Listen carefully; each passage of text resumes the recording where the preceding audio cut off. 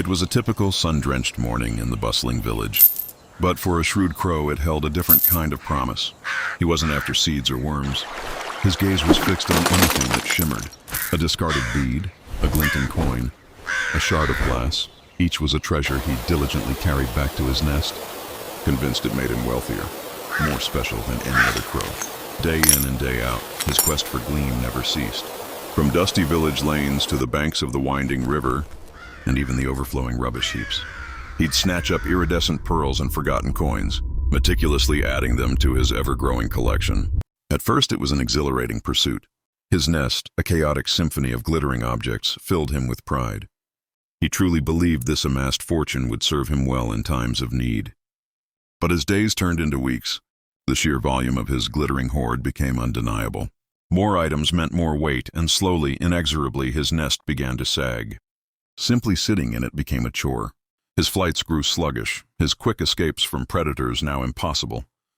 Yet the crow remained oblivious, lost in his obsession, meticulously adding more shiny trinkets. One afternoon, perched precariously on his overburdened nest, he caught the eye of a very old, wise crow on a nearby tree. The elder's gaze lingered on the sagging structure.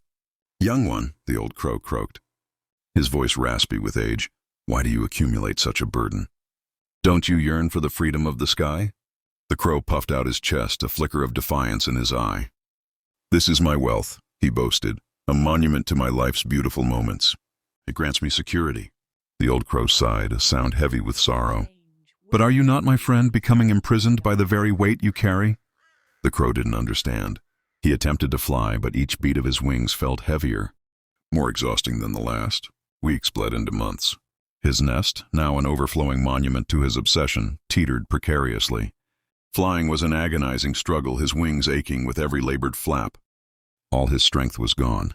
And then, one tempestuous night, as fierce winds lashed through the trees, the nest, unable to bear the immense weight of the crow's hoard, finally gave way. It shattered, sending his treasures cascading to the ground. The crow, caught in the collapse, lay trapped beneath the very objects he had once considered his greatest strength. Those gleaming baubles, his symbols of power, had become the instruments of his undoing.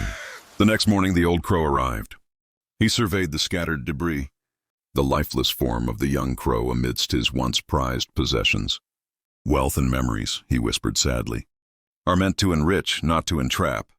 He had tried to possess everything, and in doing so, he had forgotten how to live. Sometimes, we too collect many things in life, be it material possessions, academic achievements, successes, or even old grievances and sorrows. We hold on to them tightly, constantly replaying them in our minds. But if we carry the burden of every past moment, every relationship, every triumph or failure, we will eventually become exhausted from within.